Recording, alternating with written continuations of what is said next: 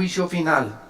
Apocalipsis capítulo 20, versículos del 11 al 15. Y vi un gran trono blanco y al que estaba sentado en él, de delante del cual huyeron la tierra y el cielo, y ningún lugar se encontró para ellos. Y vi a los muertos, grandes y pequeños, de pie ante Dios. Y los libros fueron abiertos, y otro libro fue abierto, el cual es el libro de la vida. Y fueron juzgados los muertos por las cosas que estaban escritas en los libros según sus obras. Y el mar entregó los muertos que había en él, y la muerte y el Hades entregaron los muertos que había en ellos, y fueron juzgados cada uno según sus obras. Y la muerte y el Hades fueron lanzados al lago de fuego. Esta es la muerte segunda. Y el que no se halló inscrito en el libro de la vida fue lanzado al lago de fuego. Esta profecía y este último evento de todo el programa profético de Dios se llama el juicio del gran trono blanco.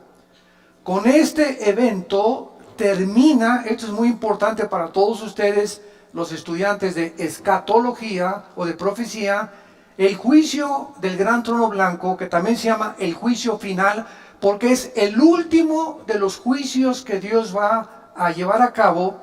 Y en este juicio van a estar únicamente los no creyentes, los no salvos, todas aquellas millones de personas que rechazaron el evangelio de la gracia de Dios estarán en este juicio. Y después de este juicio entramos al reino eterno de Dios. Este juicio va a ser después del reino milenial. Entonces les voy a dar un panorama rapidísimo para que nos podamos ubicar. Ahorita nos encontramos en este periodo de 2000 años que se llama también la época de la iglesia. Son 2000 años aproximadamente que están a punto ya de terminar. El próximo evento ahorita es el arrebatamiento de la iglesia. Somos sacados millones de personas desde Pentecostés hasta nuestros días del mundo.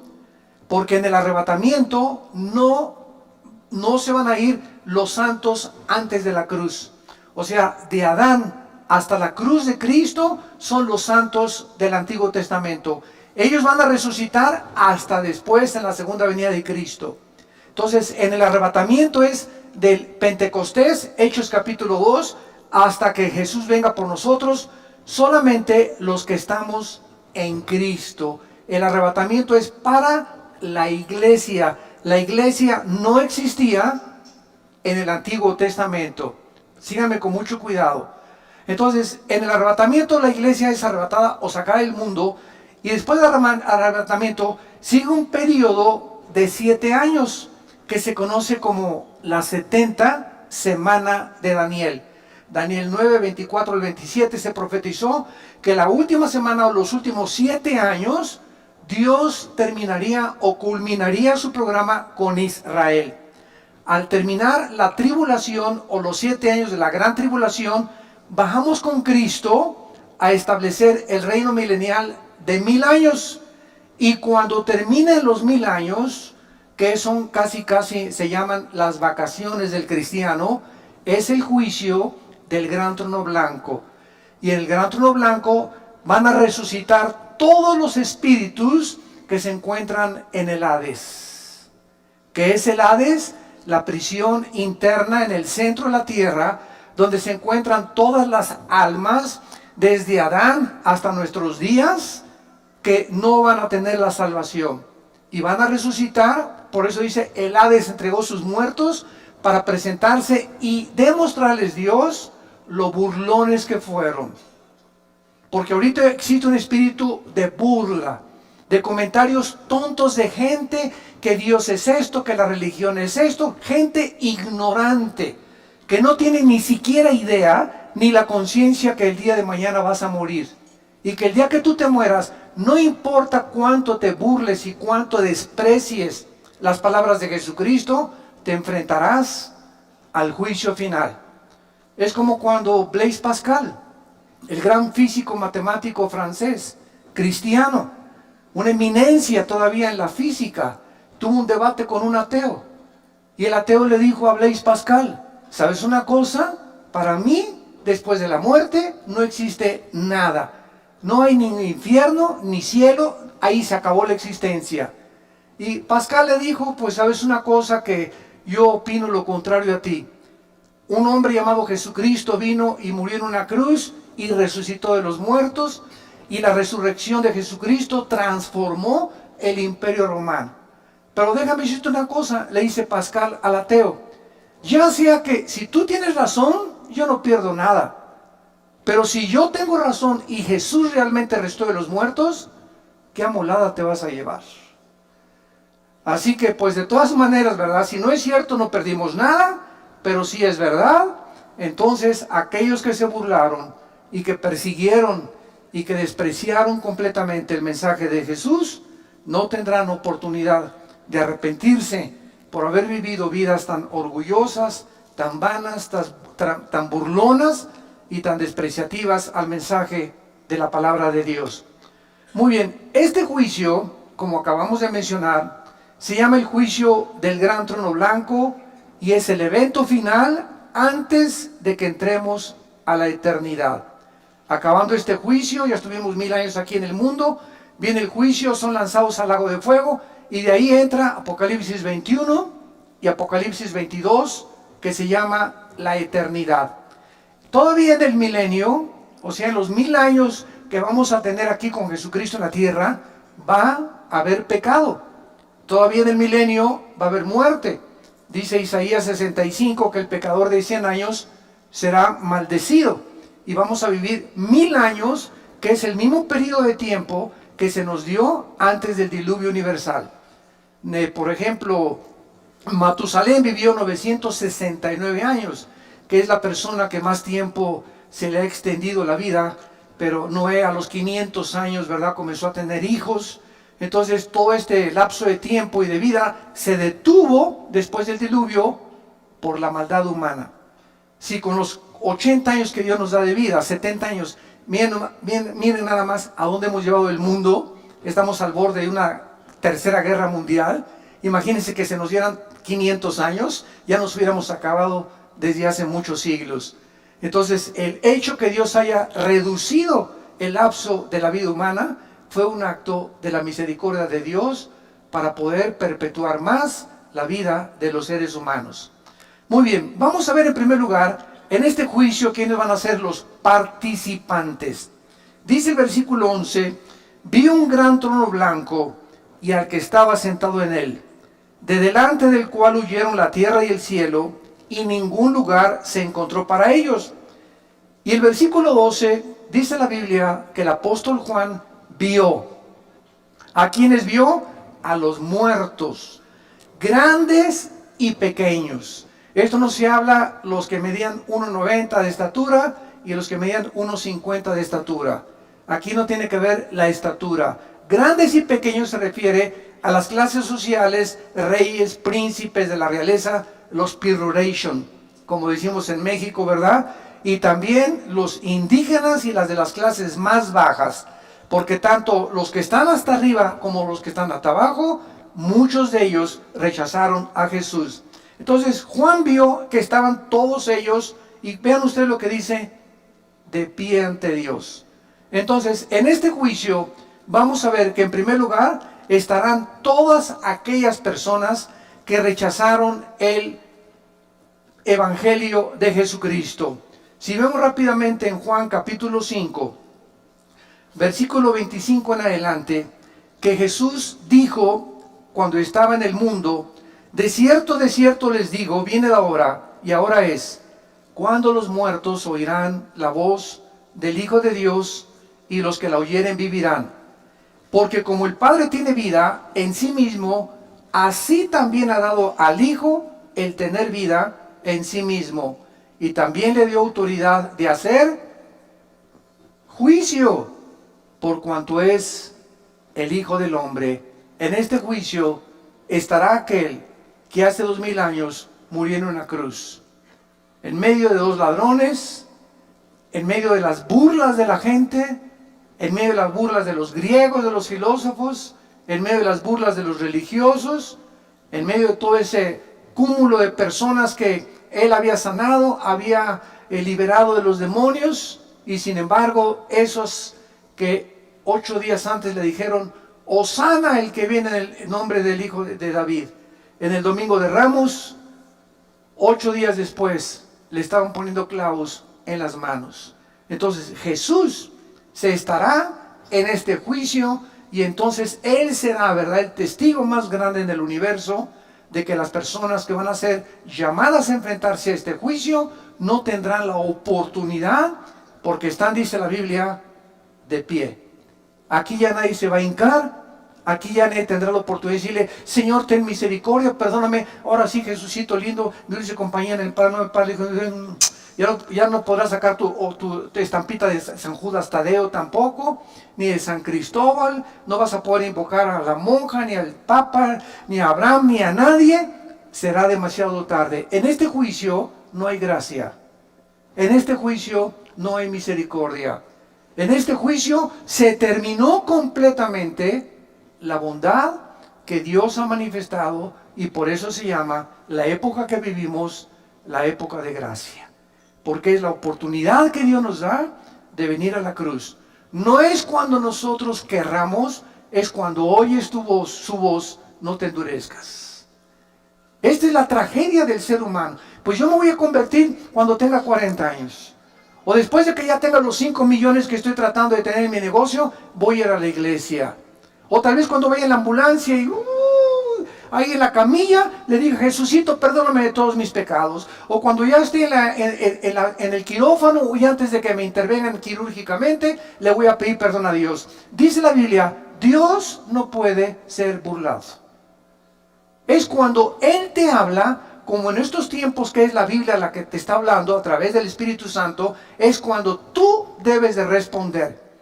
Y cuando la Biblia te usa la palabra de Dios para llamarte al arrepentimiento, y tú no lo haces y lo dejas para en la tarde, o lo dejas para mañana, o lo voy a pensar dentro de 4 o 5 días, la Biblia dice que el corazón se endurece. Y llega un momento en que estás tan endurecido en tu corazón que ya la palabra de Dios no tiene efecto en tu vida ni en tu alma. Y es completamente irregular que tú puedas pensar, o estás completamente equivocado que te puedes arrepentir. Cuando oigas su voz, no lo rechaces, no te endurezcas, porque el corazón se endurece muy fácilmente. En este juicio entonces van a estar los no creyentes. Nosotros no vamos a estar ahí. ¿Por qué? Porque nosotros, cuando recibimos a Jesucristo como Salvador y Señor, Él en la cruz ya pagó, ¿qué cosa? Pagó la culpa que nosotros ya no tenemos que pagar. Esto es por eso se llama la época de la gracia. El justo muere por los injustos. El santo muere por los pecadores. Y en esa cruz Dios quiere demostrarte que de tal manera te ama que a su hijo no lo perdonó. Casi 2000 años antes de la cruz había un hombre llamado Abraham, y llegó al monte Moriah, que es el mismo monte donde murió Jesús, y Dios le dijo: Abraham, dame a tu hijo Isaac. Y cuando Abraham levantó el cuchillo para matar a Isaac, se oyó una voz que decía: ahora veo que temes a Dios, por cuanto no me negaste entregarme a tu hijo. Y 2000 años después de Abraham, cuando Cristo muere por nosotros, podemos nosotros decir ahora veo, Señor, cuánto me amas, porque no negaste entregarme a tu hijo. Abraham y Isaac fueron salvados. Dios no salvó a su hijo Jesucristo. Le salvó la vida a Isaac, pero no se la salvó a su hijo Jesucristo. Porque de tal manera Dios nos ha amado que Él entregó a su hijo en nuestro lugar, y nosotros por sus llagas hemos sido completamente sanados. Entonces, cuando una persona recibe a Jesucristo, Dios lo declara justo. Se llama la justificación. La justificación nos libra completamente de la condenación eterna. Después de la justificación viene la santificación, que es el proceso a través del cual estamos siendo librados del poder del pecado. Y después viene la santificación, donde seremos libres del poder del pecado cuando resucitemos. A ver si lo pueden apuntar. Justificación, santificación, glorificación. Son las tres etapas de la salvación. Justificación. Fuimos libres de la condenación del pecado. Romanos 8:1. El que está en Cristo, nueva criatura es. Ninguna condenación hay para el que está en Cristo Jesús. Esta es la justificación. Toda persona que ha recibido a Cristo ha sido justificada, declarada inocente en el tribunal cósmico de Dios.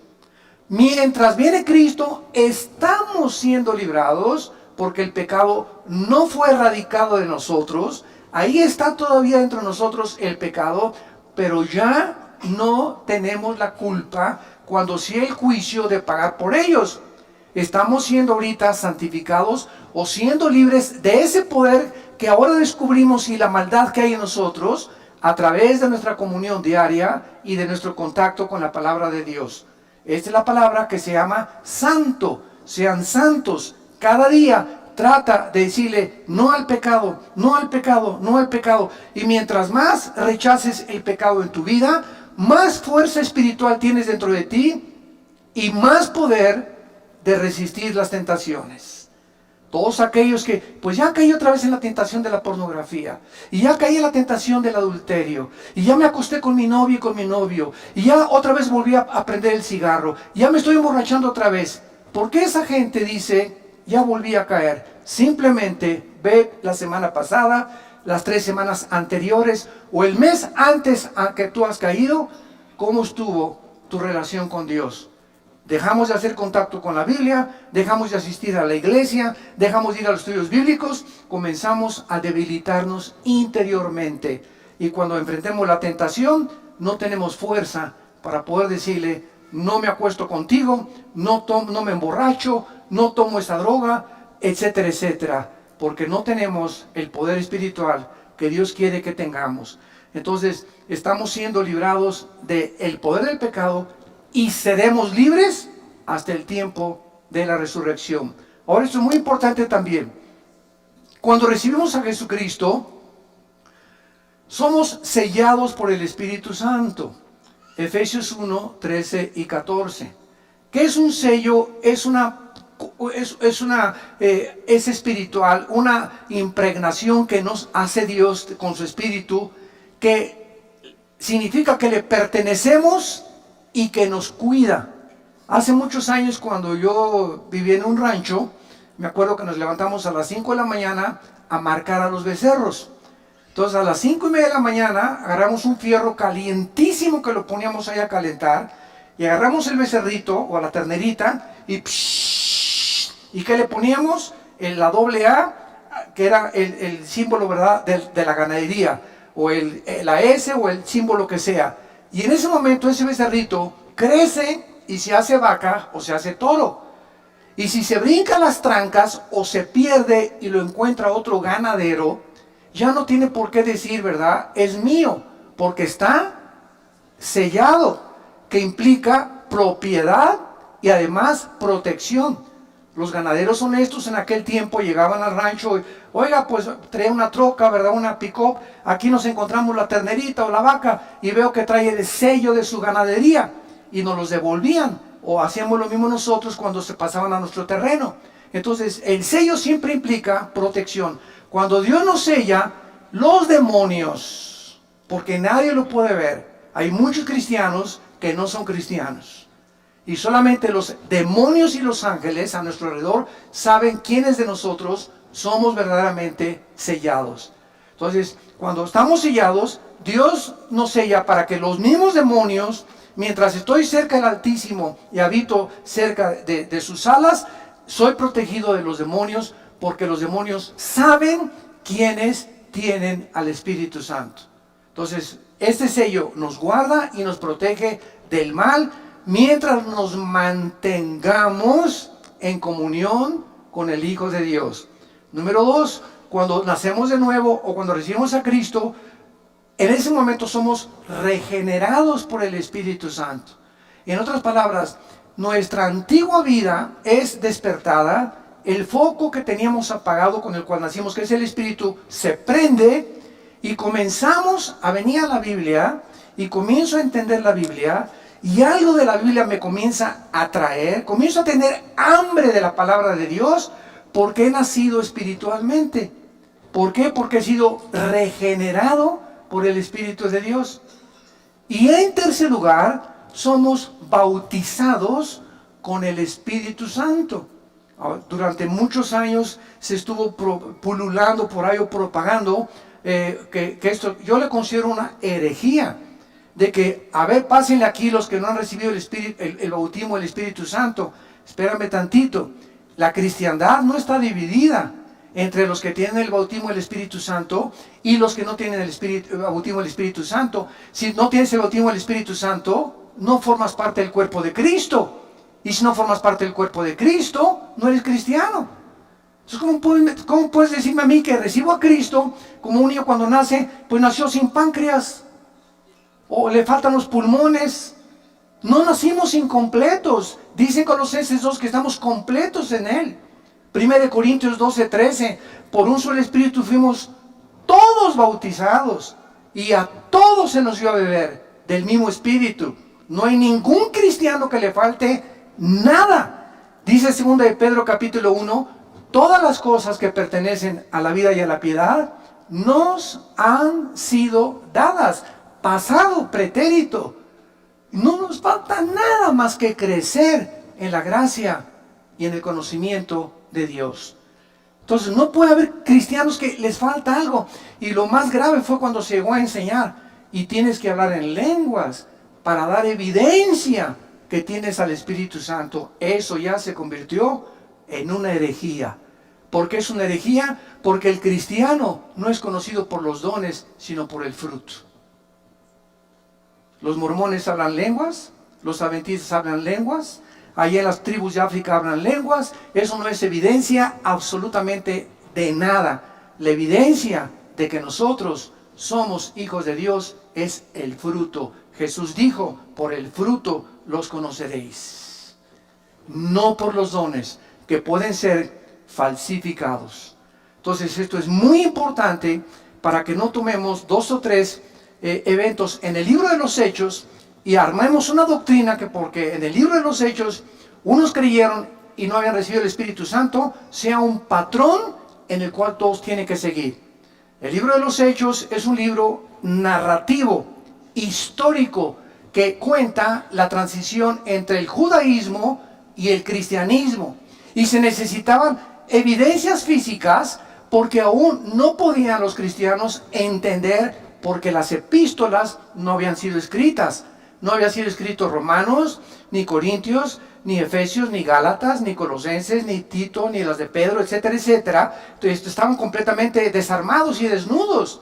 Entonces cuando los apóstoles escriben las cartas, las escriben para explicarles las cosas de los hechos y explicarles las doctrinas que recibieron de Cristo, como el apóstol Pablo, que estuvo 15 años en el desierto antes que los apóstoles reconocieran que él era realmente uno de ellos, o un apóstol, o como él se llama a sí mismo, el último de los apóstoles. Esto es muy importante, santos de Dios, porque la iglesia está llena de barbaridades. La iglesia está llena de doctrinas y tradiciones de hombres. Esta cosa de que el bautismo era algo que después de ser cristiano lo tienes que recibir, comenzó en los años 70 del siglo pasado. Hace 40 años, 50 años más o menos. Entonces así se van introduciendo cosas que se acaban aceptando como una verdad. Cuando la Biblia, regresamos a la Biblia y la Biblia nos vuelve otra vez a dar una reforma, una renovación de las cosas realmente como fueron escritas. Entonces, esta es la razón por la cual en el juicio del gran trono blanco los cristianos no vamos a formar parte. Ya fuimos sellados, bautizados, regenerados, y la unción la tenemos dentro de nosotros. Finalmente, ¿qué significa la palabra cristiano? Como una vez me preguntaron en una entrevista por televisión, ¿usted por qué no cree en el bautismo del Espíritu Santo? Si no lo creyera, no fuera cristiano. ¿Por qué? Porque dice 1 Juan capítulo 2, 21 en adelante, que la unción, ¿qué es la unción? El Espíritu Santo.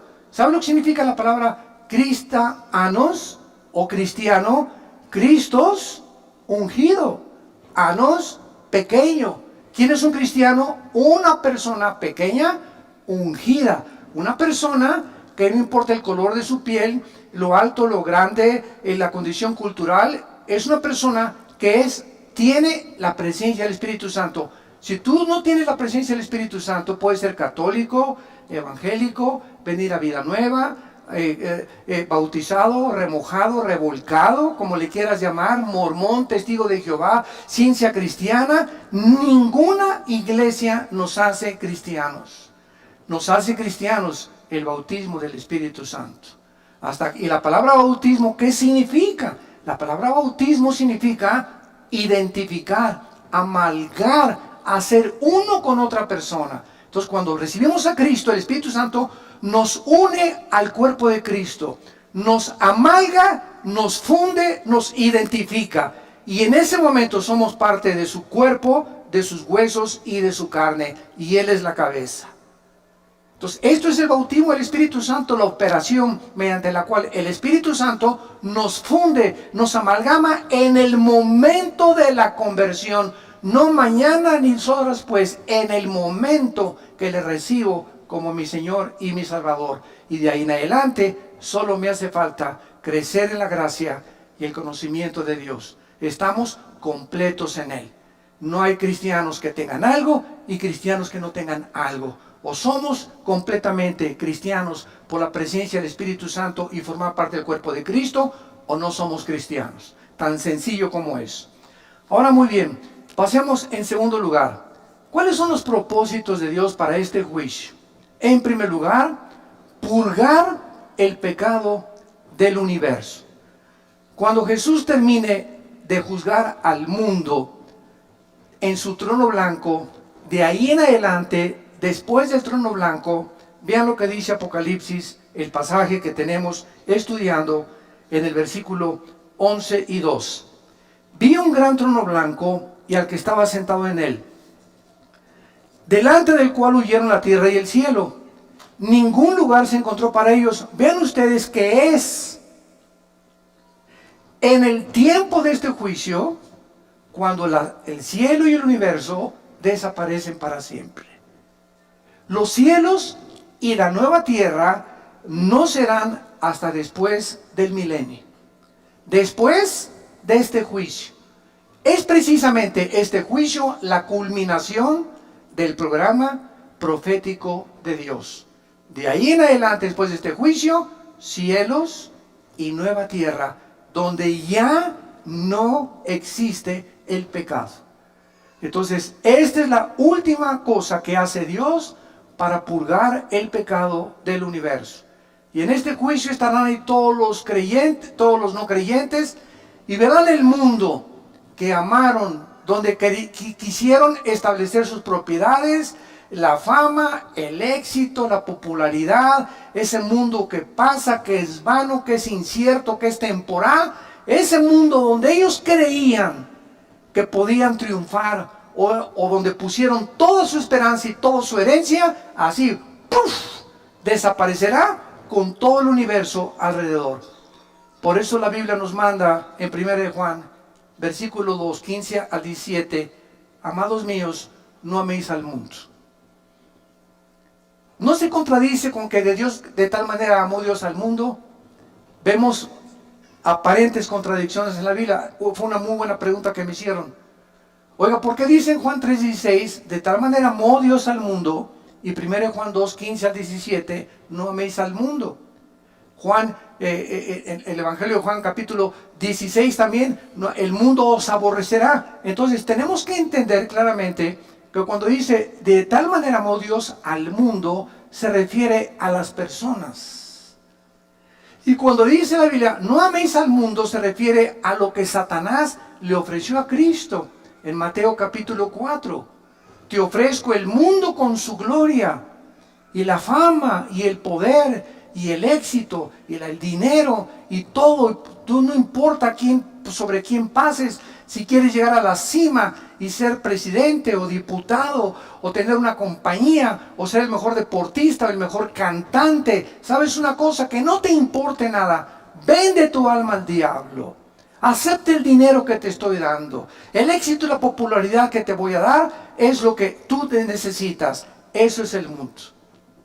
Los deseos de la carne, los deseos de los ojos y la vanagloria de la vida. Lo que el mundo nos quiere ofrecer es lo que nos manda Cristo, que no amemos. No nos vayamos con la finta. El mundo es como un espejismo que nos promete esto. Sin embargo, cuando es como un regalo, hace mucho oí ese ejemplo, es como un regalo envuelto con muchos moños, y de repente abro el regalo, qué bonito regalo, y le quito los moños y descubro que está vacío. No hay nada ahí. Así es el pecado. Participas del pecado, pruebas del pecado, y cuando lo experimentas el pecado, te das cuenta que no hay nada que te haya podido llenar. Sigues más frustrado, más amargado, más desilusionado, porque ese vacío solo lo puede llenar el Hijo de Dios. La mujer samaritana, la chulis, llevaba 5 maridos. Juan capítulo 4. ¿Y qué estaba buscando esta mujer? No ha cambiado la cultura, lo que en el siglo XXI siguen buscando artistas y no artistas, etcétera. Miss México, Miss Guerrero, Miss Universo, la señora de por acá, la señora de Polanco, la señora de Tlalnepantla, la señora de La Lerma, la señora de Metepec, la señora de Toluca. Miles de mujeres están buscando y miles de hombres también. ¿Qué cosa? Pues Sancho Panza, tienes panza de Sancho Panza, ya no me satisface, voy a buscar otro hombre. Y voy a buscar otro hombre. Voy a buscar a alguien que me haga feliz. Pues esta señora ya tiene cara de Tonina Jackson, ¿verdad? Pues la voy a cambiar ya. Y voy a buscar a alguien más bonita. Y así hay personas, un divorcio, 2, 3, 4, 5, 6. Esta mujer llevaba 5 divorcios. ¿Por qué? Dice la Biblia que era una mujer inmoral. Era una mujer que quería encontrar en los hombres, descubrir un hombre que le hiciera feliz. Y Jesús le dijo, puedes seguir con esa misma trayectoria. Casarte con el 6, con el 7, con el 8, y vas a llegar a donde llegó la gran artista de cine de Hollywood, Elizabeth Taylor, que rompió el récord con 9 mariditos, la chulis. 9 maridos, uno tras otro, tras otro. Era tan bonita y tan preciosa esa artista que a ningún hombre con el cual se casó creyó que lo merecía. No, yo merezco un mejor otro príncipe, yo merezco un rey, yo merezco estas cosas. Sé con artistas, con escritores, con etcétera, etcétera. Y murió, ¿verdad?, en la soledad con otra gran artista, Marilyn Monroe. Otra artista de Hollywood también, ¿verdad? Buscando en la fama y todo, la encuentran en su cama, suicidada por una sobredosis de drogas. Y así podríamos continuar de tanta gente que cree que en los hombres, en las mujeres, en el sexo, en el dinero, en el éxito, en la fama, en la popularidad, se encuentra el propósito y la razón por la cual Dios nos creó al mundo. Todas estas cosas le dijo Dios a la mujer samaritana: de esa agua vuelve a beber y volverás a tener sed. Mas el agua que yo te ofrezco será una fuente de agua viva que salte para vida eterna. Solo Jesús, lo que Él nos ofrece, verdaderamente nos va a satisfacer y nos va a llenar.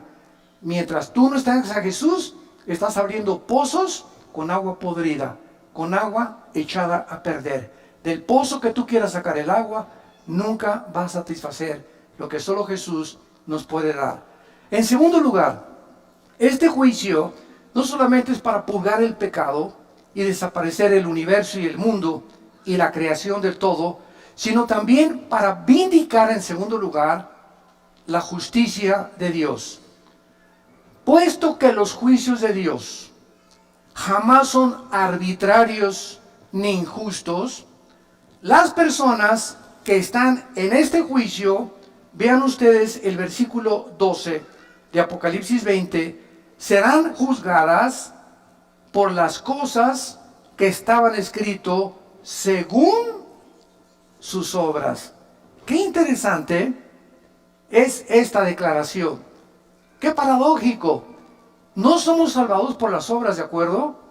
Dice Efesios 2, 6 y 7, y 8 y 9, que no fuimos salvados por las obras, sino por la fe. Y es un don de Dios. Pero cuando tú te mueras, tus obras que no te salvaron serán usadas para juzgarte. Qué irónico. Mientras somos salvados no son por las obras, pero cuando mueras, las mismas obras que no te pudieron salvar serán usadas para tu juicio final.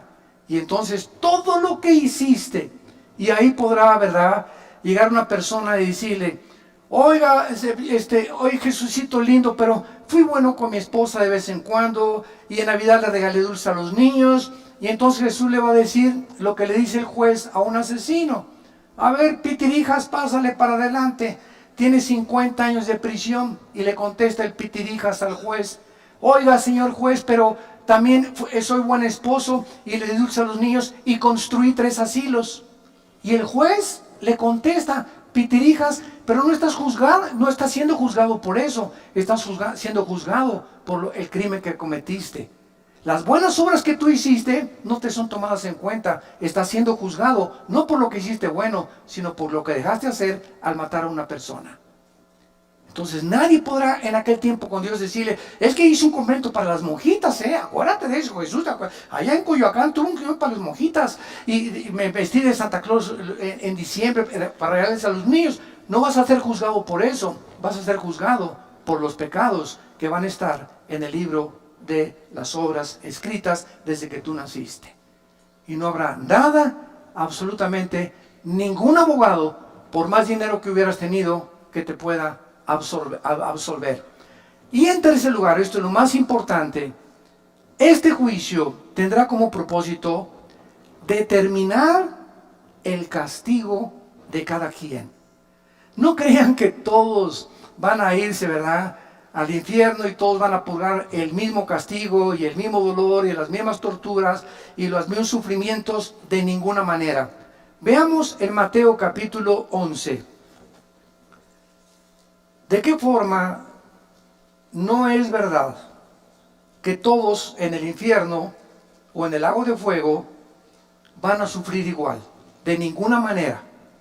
Hay muchísimas evidencias, como lo vamos a leer, que las personas serán juzgadas en base al conocimiento que tenían y a las oportunidades que tuvieron mientras estaban vivos para arrepentirse y recibir a Cristo. Antes de leer Mateo 11, por ejemplo, ¿qué de las personas musulmanes o hindúes? Y esta pregunta siempre me la han hecho en los debates.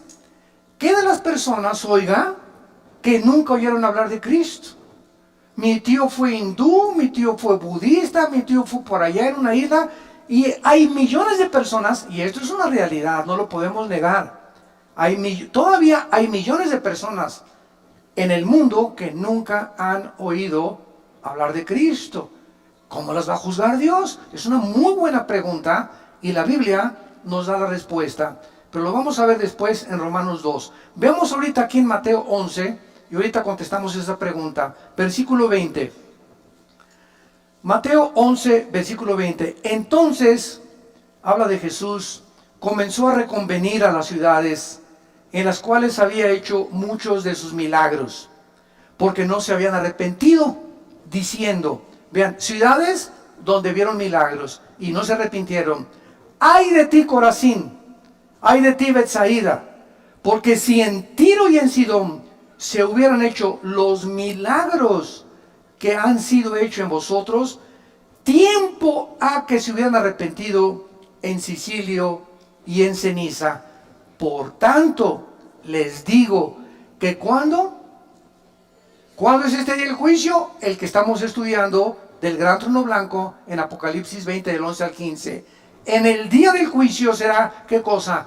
Más tolerable el castigo para Tiro y para Sidón que para ustedes. Jesús les dice a 2 ciudades, Tiro y Sidón serán castigadas menos en el día del juicio. ¿Por qué?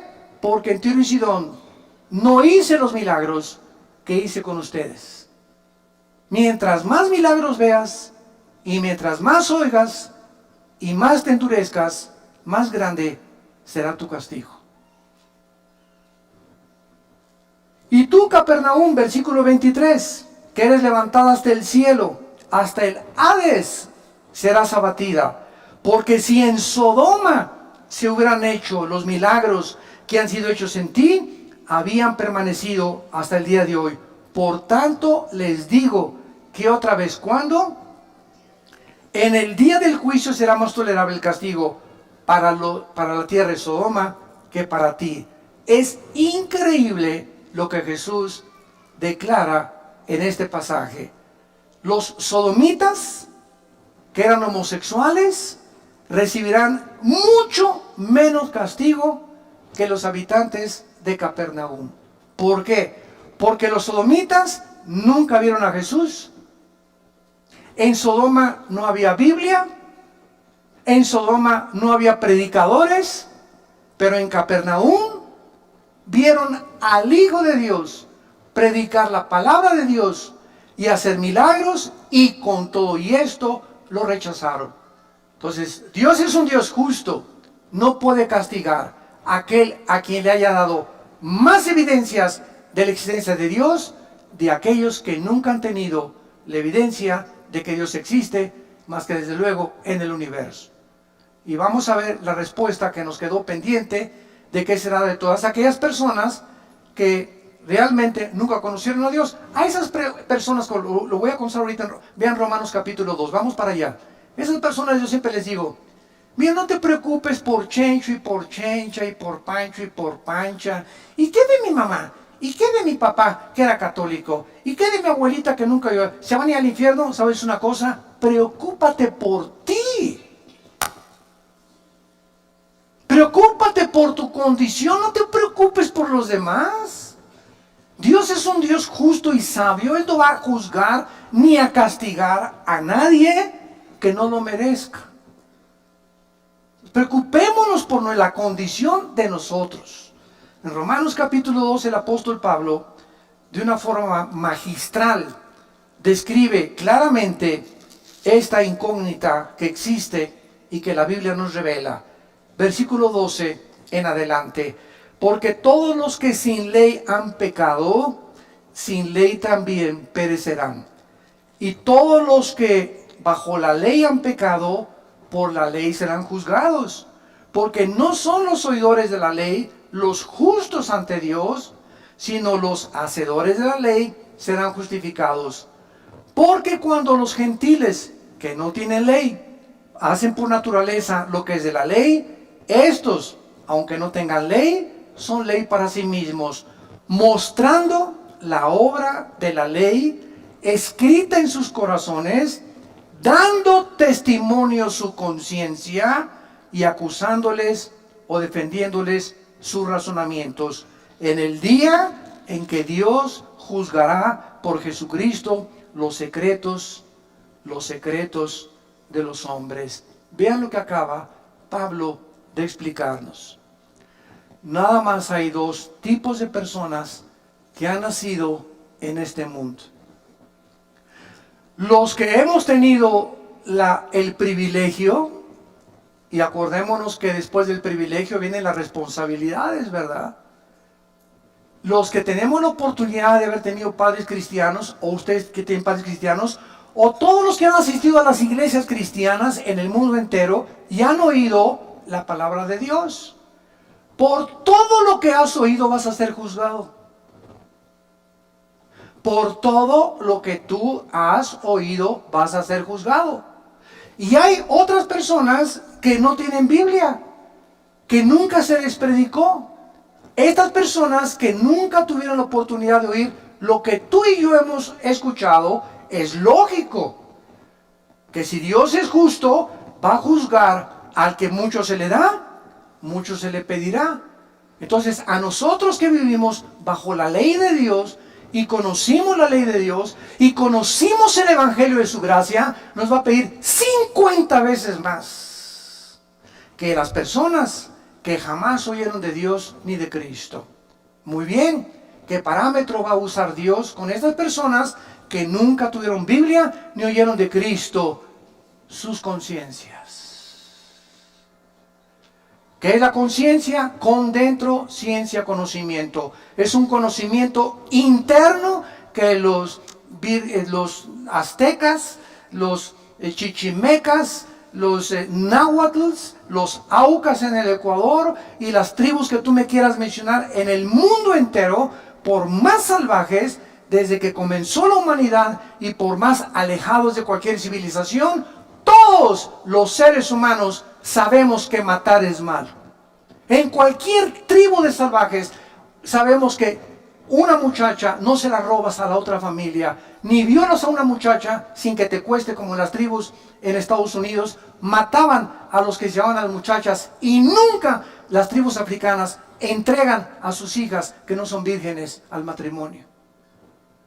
Ni tampoco ningún jefe de ninguna tribu se mete con la esposa del otro jefe de la tribu. Algo hay en la conciencia que tenemos ya los seres humanos desde que nacimos, porque no somos yeguas ni caballos no capados, ni caballos que relinchan por las mujeres como los caballos lo hacen cuando entran en su celo. Tenemos un control, somos agentes morales, no somos animales, y vamos a ser juzgados. Si nunca oí la Biblia, Dios me va a juzgar. ¿Cómo respondí a esa conciencia? Ahora, ¿cómo respondí a esa conciencia? Es un secreto. Porque nadie podrá saber si tu abuelita tenía por ahí su rabo verde, o si tu abuelito, que fue el jefe de la iglesia y ante el mundo un héroe y un cantante y un grande escritor y un grande político, y a su entierro fueron 10,000 personas, o ese artista fueron 10,000 personas y lo veneraron en Bellas Artes. Nadie sabe en la intimidad quién era esa persona más que Dios. Por lo tanto, no podemos juzgar. Por eso Jesús dijo: no juzguéis para que no seáis juzgados. No podemos emitir un juicio condenatorio o un juicio de liberación. No, esa persona debe estar en el cielo porque le regaló todo a los niños pobres, y sus canciones eran todas las canciones de Navidad. No podemos tener ese concepto. Por eso dice: los secretos. Todos tienen un closet donde tienen colgado un esqueleto. Y la vida privada de las personas, si es hecha pública, la mayor parte de los seres humanos nos avergonzaríamos de ver nuestra vida privada. Pero cuando venimos a Cristo, ya no puede existir esa vida privada. Ya no puede ser uno en tu casa y otro con tus amigos y otro en la intimidad. Sí, mi amor, te quiero con cuernos de oro y hago así cada vez que te veo. Y tienes un amante, y robas, y extorsionas, y traficas, etcétera, etcétera, porque tienes 2, 3 clases de vida, y esas son las que solo Dios conoce. Por esas vidas escondidas serán juzgados las personas que nunca oyeron hablar de Cristo. Entonces cada quien va a tener el castigo que merece según su conciencia, si nunca hablaron de Cristo. Ahora vean también en Marcos capítulo 12, en penúltimo lugar, Marcos capítulo 12, versículo 38 al 40, estas verdades que Jesucristo continúa confirmándolas. Dice Marcos 12, 38 al 40, y les decía en su doctrina: guardaos de los escribas, o sea, de los religiosos, que gustan de andar con largas ropas y aman las salutaciones en las plazas y las primeras sillas en las sinagogas y los primeros asientos en las cenas, que devoran las casas de las viudas y por pretexto hacen largas oraciones. Estos recibirán mayor juicio, mayor condenación. Todos aquellos que se autonombraron líderes religiosos, no importa de qué religión haya sido, y que se hayan autonombrado, puesto para dirigir a las personas, y hayan explotado a sus semejantes, y se hayan aprovechado de sus semejantes, lo mismo que políticos que toman un puesto político. ¿Para qué? para ayudar al pueblo, para sacar al pueblo, para levantar esa ciudad, para mejorar esa ciudad, para levantar esa república, para esa nación. Y al contrario de esto, exploten y roben y se apropien de aquello que es del pueblo, recibirán mayor condenación.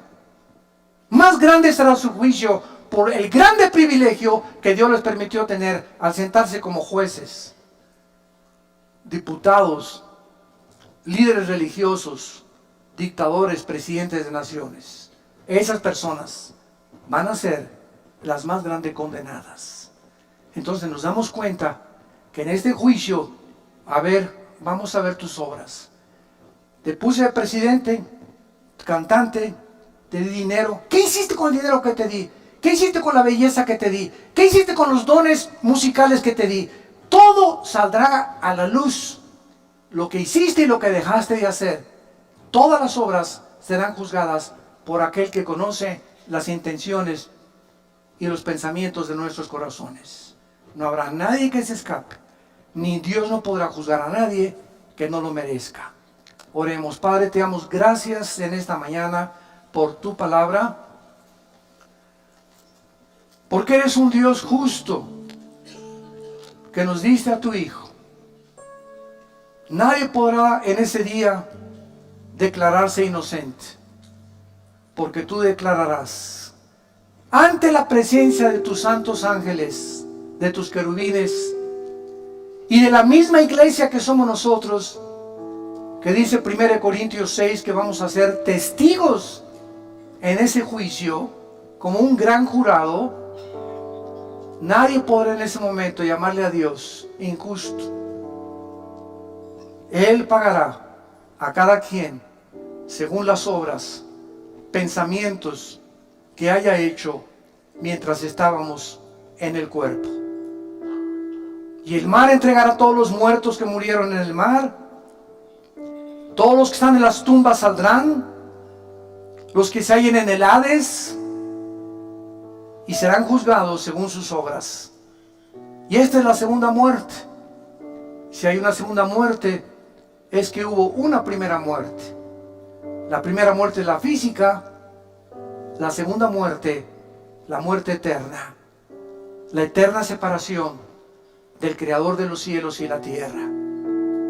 Y Dios en esta mañana te habla y te invita a que vengas a la cruz, a que le abras tu corazón a Jesús, a que encuentres en Él la satisfacción que tu alma ha estado buscando en tantas cosas que no son Él. Seguirás igual de vacío, de frustrada, de desilusionado, porque de esa agua, cada vez que tú vuelvas a beber, te volverá a dar sed. ¿Qué tengo que hacer? Me preguntarás esta mañana para abrirle mi corazón a Jesús. Arrepiéntete de tu vida. Arrepiéntete de tus pecados. ¿Qué significa arrepentirse? Ir en el camino en el que tú estás ahorita, descubrir que tu camino es un camino equivocado, que ya no puedes seguir caminando por ese camino y darte una vuelta de 180 grados e irte en dirección a Dios, regresar a tu Creador. Hay caminos que parecen derechos, pero su fin es camino de muerte. Vuélvete a Dios. Eso es lo que significa arrepentirse. Vuélvete a Dios. Date la media vuelta en tu vida y ven a Él. Abrázalo en esa cruz, porque con esa sangre que Él derramó, tus pecados y mis pecados son perdonados. Y dile con todo tu corazón, si lo quieres invitar en este momento a tu vida: te pido, Señor, perdón por mis pecados. Me doy la media vuelta de mi vida.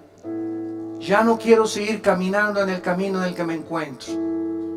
Reconozco que soy pecador, pecadora, y que si tú no entras a mi vida y me das el poder de dejar el pecado, yo no lo podría hacer.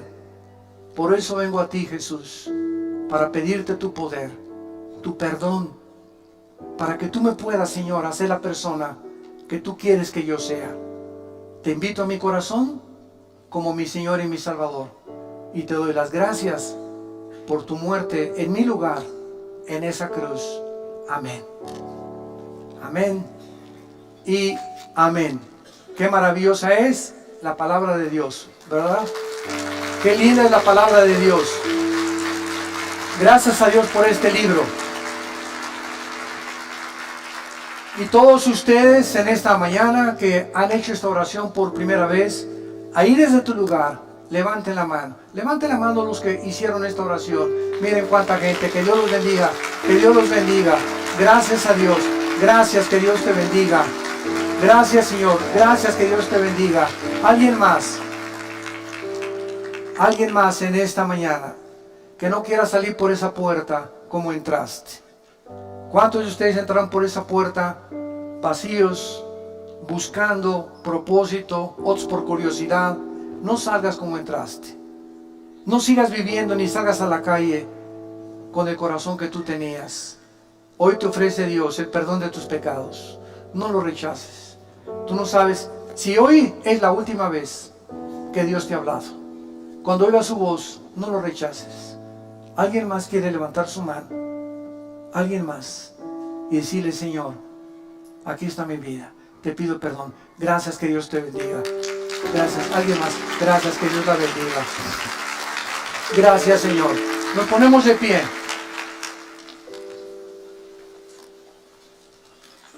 Para recibir la bendición pastoral. Los que quieran extender su mano hacia acá, en sea que la reciben, lo pueden hacer. Y el mismo Señor Jesucristo, Señor nuestro, y nuestro Padre, y nuestro Dios, que nos amó y nos dio consolación eterna y buena esperanza mediante la fe, conforte tu corazón y nos confirme en toda buena obra y en toda palabra. Que Dios bendiga tu casa, tu matrimonio. Que Dios bendiga a tus hijos. Que Dios bendiga el fruto que ahora llevas en tu vientre. Que esa criatura nazca en un hogar cristiano, con padres que lo sepan encauzar en el camino de la vida, de la santidad y de la justicia. Que Dios bendiga a tus padres. Que Dios bendiga tu trabajo. Que Dios bendiga el fruto de lo que tú estás haciendo. Que Dios te guarde cuando salgas a la calle de todo mal. Y que el Dios y Padre de Jesucristo, que nos hizo renacer de nuevo para una esperanza viva, por medio de la resurrección de su Hijo entre los muertos, te guíe y te llene de todo su conocimiento para que apruebes siempre lo mejor y permanezcas firme en la esperanza a la cual todos hemos sido llamados. Les bendecimos en el nombre de Jesús, y que esa paz que sobrepasa el entendimiento guarde tu corazón y tus pensamientos en Cristo Jesús. Les bendecimos en el nombre de aquel que murió por nosotros y resucitó de los muertos. Amén.